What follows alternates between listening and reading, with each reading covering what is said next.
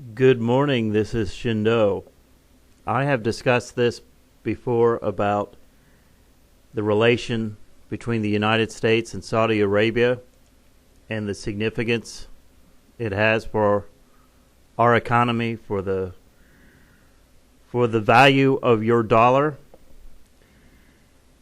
I'm going to just read this article. It's a very short article, and then I'm going to comment on it at the end of this video.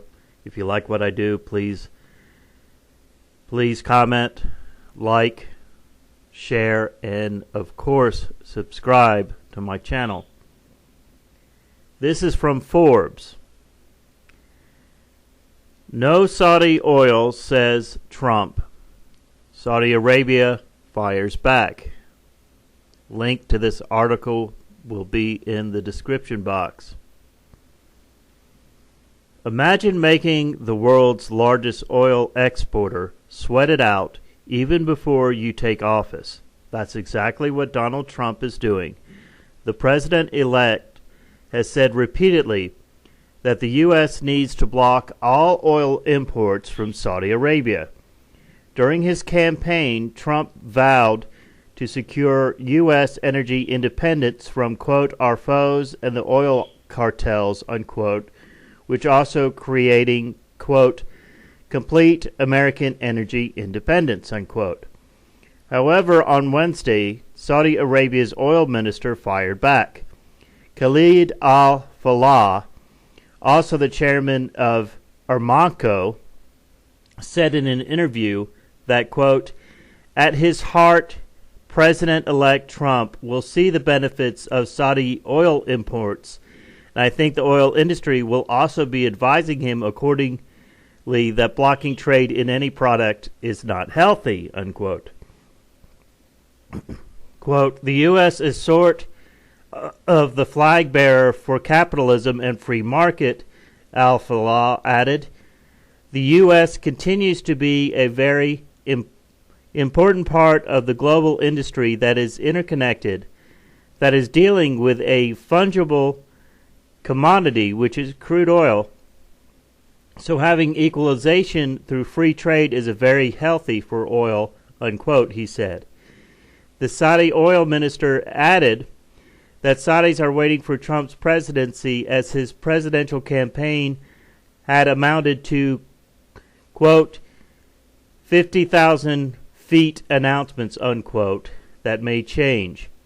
Despite the U.S. shale oil boom, which has made it the third largest global crude oil producer, the country still relies heavily on Saudi crude imports. Saudi Arabia is the largest Middle Eastern oil supplier to the U.S. with 11% market shares and has also invested heavily in U.S. downstream assets, refineries, to help lock in that supply. Around 31% of all U.S. oil imports are from OPEC members, while Canadian oil imports have 41% share. Saudi Arabia, for its part, has been hit particularly by more than 2-year roil in oil markets, as oil prices have tanked from $115 a barrel in mid-summer 2014 and are now hovering in the mid-$40 range. Saudi Arabia has run record budget deficits of $98 billion last year and $87 billion forecast for this year. Foreign reserves are also dwindling as the central banks prop up the economy. If you haven't heard me comment about Saudi Arabia before, or you're unaware of this, since the 1970s, when Nixon took us off of the gold standard, something, by the way, he had to do. He had to do it. And he linked the price, the value of the American dollar to oil. Anyone who buys Saudi Arabian oil right now has to buy it in dollars. Anyone who buys oil in most countries, Saudi Arabia being the head of OPEC, so the OPEC countries in general, most oil, almost all oil that is purchased on this planet is purchased in American dollars.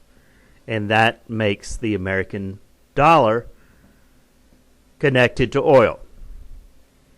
Now, if Donald Trump wants to have some kind of trade war with Saudi Arabia, then all Saudi Arabia has to do is say, fine, we're going to stop just taking dollars for our oil, and in the process destroy the American dollar. The value of your dollar will go way down. You will have to use more of it in order to purchase something. You understand why they say that Trump doesn't know what he's doing when it comes to a lot of these things? Now, the last time that I spoke about Saudi Arabia was in reference to the 9/11 victims being allowed to sue Saudi Arabia. There's a reason why Obama was against that, a good reason.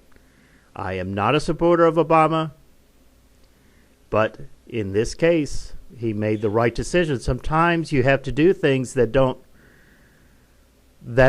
feel good and don't even make you look good as President of the United States. You better hope that this was nothing but one of his many campaign pledges, and that we don't find ourselves in some kind of trade war with Saudi Arabia. Because if we do, it's quite possible that the value of your dollar, our dollar, will go down dramatically. So, another possible very unfavorable future for us under the soon-to-be Trump regime. This is Shindo. Have a good day.